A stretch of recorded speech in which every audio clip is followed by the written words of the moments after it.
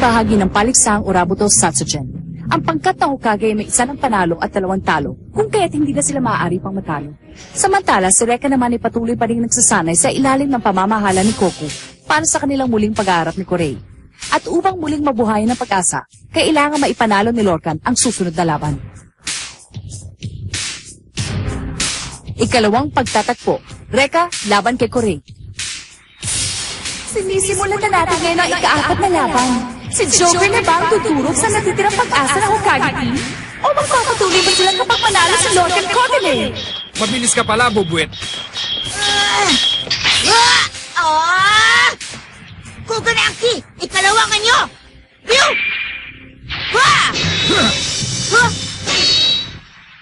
Kakaiba ang galing ng iyong sandata.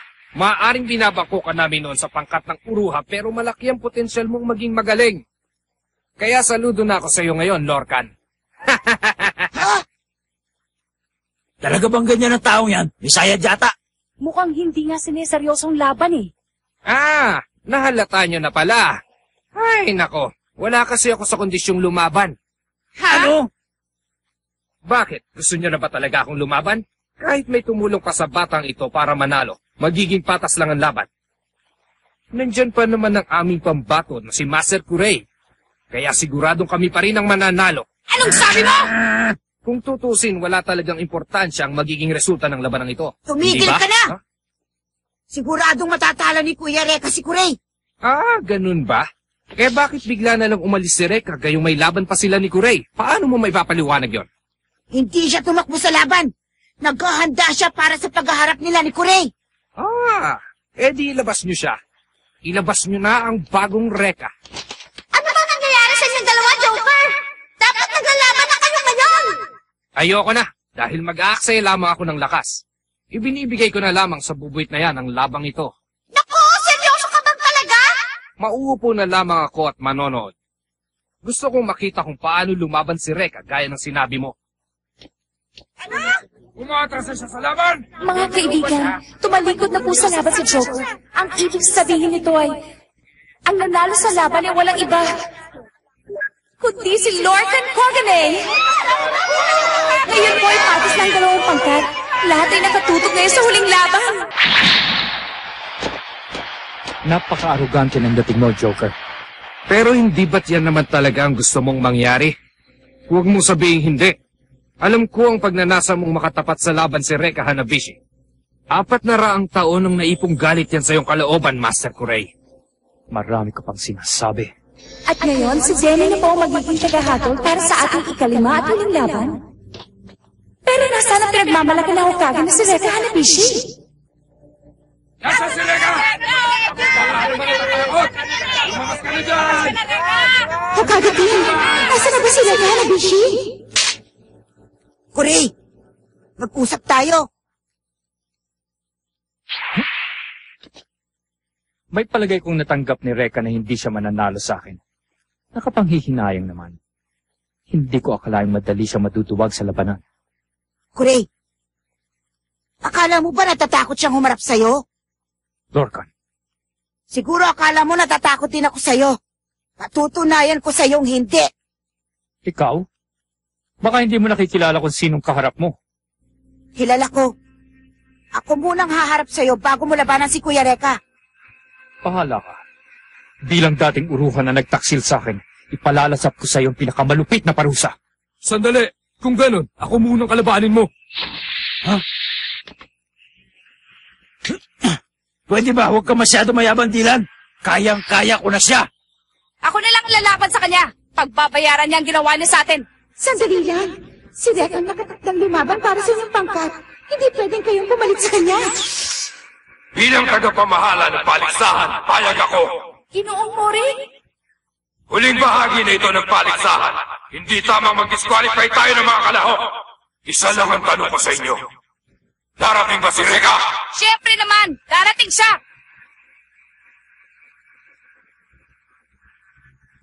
Kung ganun, binibigyan ko pa kayo ng huling pag-asa. Lahat kayo ay lalaban kay Kurei hanggang sa dumating si Reka. Pero kapag natalo na kayong lahat ni Kurei at wala pa rin si Reka Hanabishi, wala kayong magagawa kung di tanggapin ang inyong pagkatalo. Ano? Maaaliw na ako ng gusto ngayon. Huwag mo silang bigyan ng pagkakataon. Gamitin mo ang paligsahan ito para durugin sila. Gusto kong marinig sa kanilang mga bibig ang pagmamakaawa. Tumahimik ka! Ano? Aking ama, bakit hindi ka nalang tumahimik at hayaan kami maglaban? Kurey! Sinabi ko na sa oras na makialam ka, hindi ako mangingiming tapusin ka! May lakas ka na pala ng loob para suwayin ako, ha? Kurey, bawiin mo ang sinabi mo dahil kung hindi ako magdadalawang isip na tapusin ka!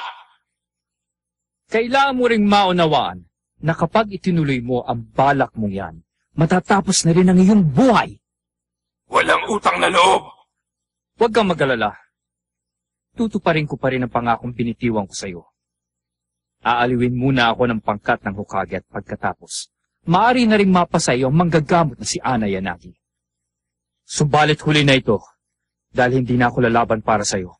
Pagkatapos ng araw na ito'y pinuputol ko na ang anumang ugnayan nating dalawa. Ha? Ikaw ang bahala kung yan ang gusto mo. Pero tandaan mo ito, hindi ikaw ang pinakamalakas na nilalang. Dahil hawak ko ang tunay na kapangyarihan!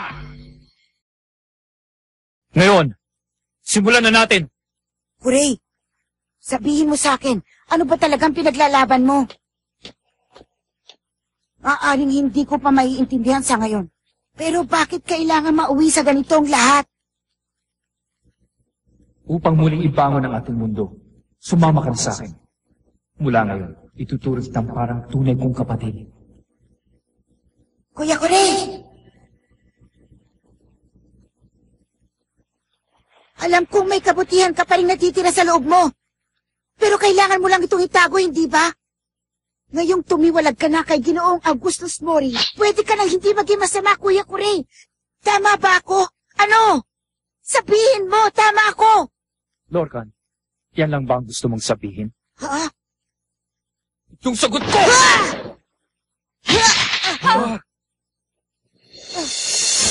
Lumalaban ako upang maging malakas. Anumang kabutihang nasa loob ko ay pinatay ko na noong paman.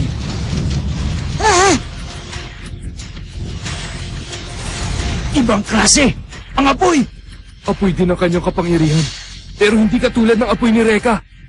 Ang apoy ni Kurey ay parang katulad ng isang malamig na apoy. Malamig na apoy? Sige, pagbibigyan kita. Sa bagay, isang hangal lamang ang susunod sa taong nag-iwan sa kanya mga kasama. Sa palagay mo ba'y babalikan pa kayo ni Reka? Tumahimik ka na!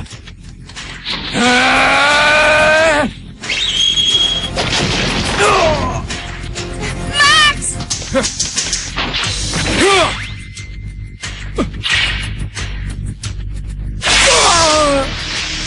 Anino? Nalilang ka ng sarili mong ginagawa. Minamadali niyo na ba ang inyong buhay? O nag-aalala kayong baka hindi na nga siya dumating? Umanda ka sa akin ngayon! Ah! Ah!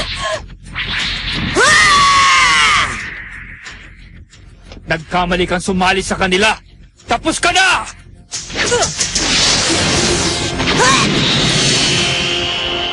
Lorcan! Lorcan!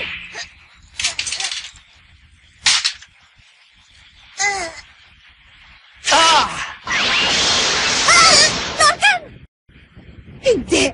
Hindi! Ano yun?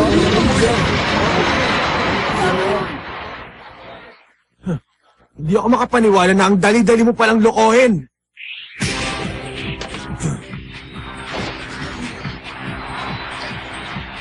Kuya Reka! O ano, bilib ka na ba ngayon sa kaya kong gawin, Kurey? Ito isang ilusyon. Yan ang aking Illusion Flame Dragon. Si Rui ang Katanashi. Ayos, Reka! Nakabalik ka rin sa wakas!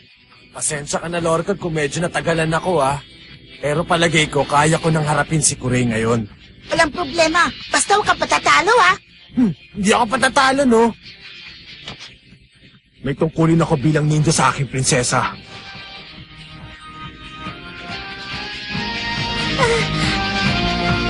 Huwag ka mag-alala, poprotekta kita sa lahat ng oras. Reka! ngayon, simulan na natin ang laban!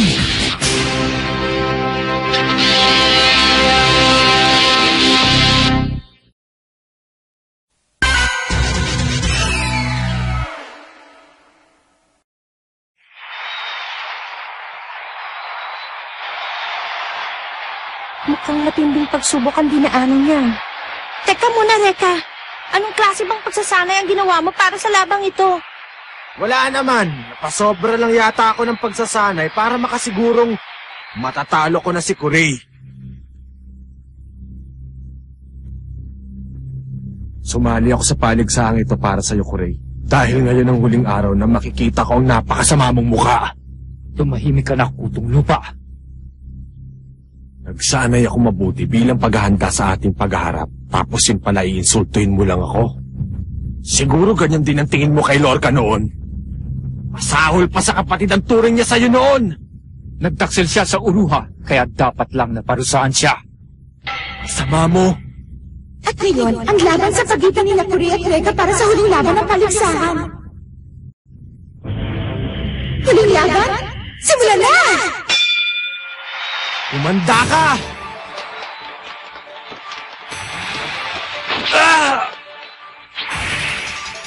Homura! Saya! Nadare!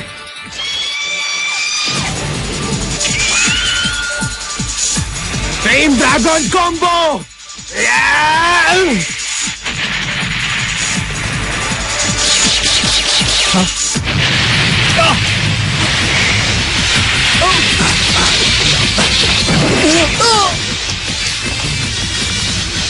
Lapit!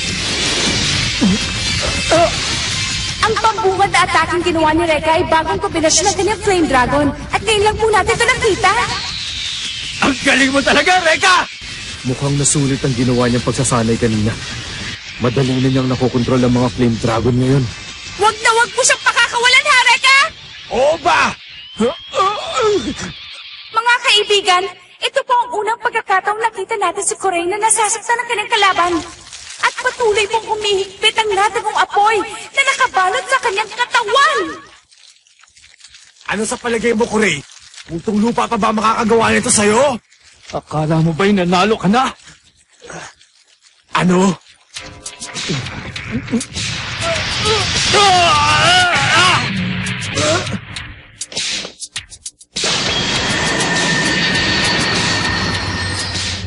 Nako naman, lumang tugtugin na yan eh. Setsuna! Naloko na. Tinawag na ni Reka si Setsuna.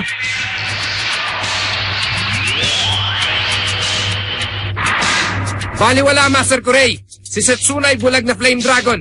Makikita ka niya sa ibang paraan. Gaya ng taong bulag.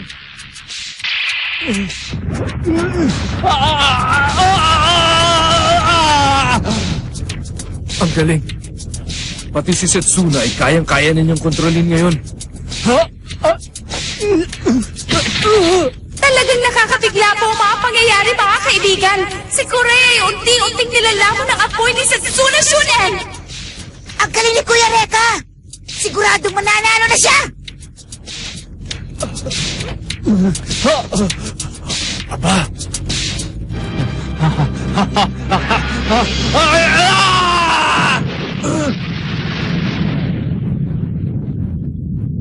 Ha? Ano nangyari? Ang apoy ng dragong si Setsuna. Natalo! Siguro naman may baka pang pinag-aralan sa iyong mga pagsasanay. Ang isang taong kumokontrol sa apoy ay hindi madaling magagapi ng apoy. Nakapanghihinayang.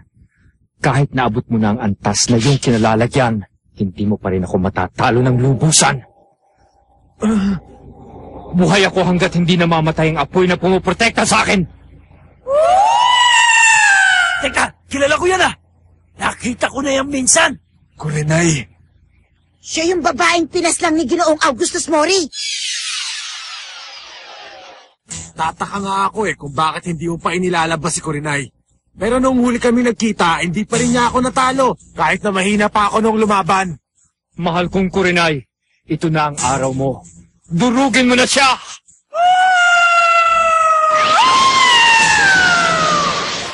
Madoka!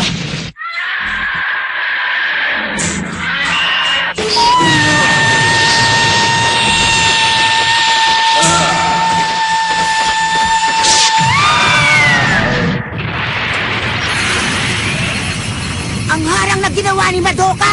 Nasira! Reka!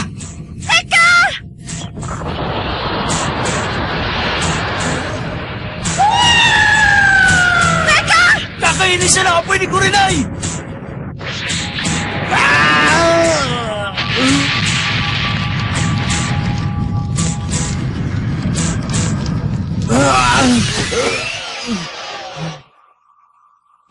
Reka, dito magwawakas ang lahat.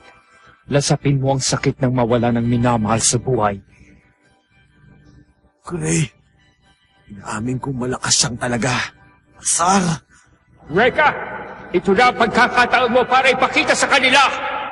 Ang boses na yun, galing sa matandang si Coco. Tawagin mo na ang lahat ng 7 dragon.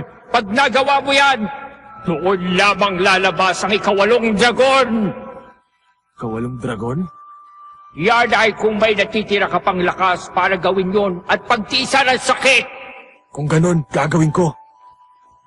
Para mailigtas ang aking prinsesa, pagtitiisan ko ang lahat.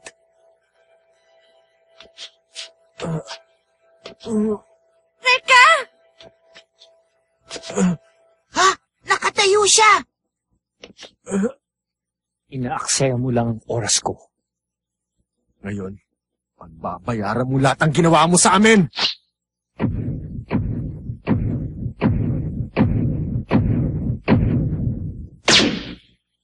Seven Dragons, labas!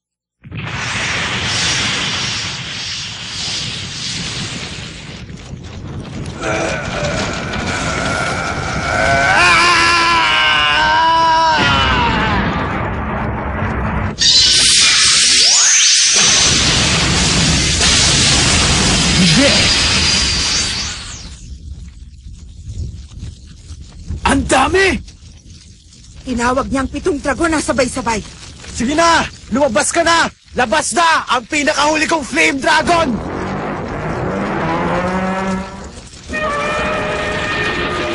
Yan ang ika-8 dragon. Salamat, Ubeshi! Salamat at lumabas ka na rin! Nagkakamali ka, Reka. Hindi ako lumabas para tulungan ka sa iyong laban. Ano? Lumabas ako para manood. Ikaw at si Kurei. Ang laban ng dalawang magkapatid. Dahil ang mananalo sa labang ito, ang siyang magiging tunay na Flame Master. Ano, Reka? Kung nais mong makamit ang aking kapangyarihan, talunin mo siya sa abot ng iyong makakaya. Iniwan ka na ng natitira mong pag-asa. Tapos ka na ngayon, Reka. Kung ganon, wala na akong ibang paraan kundi...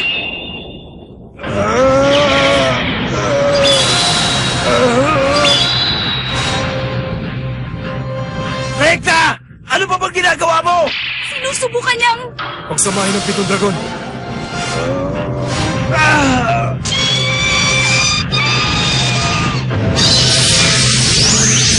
Ano yan?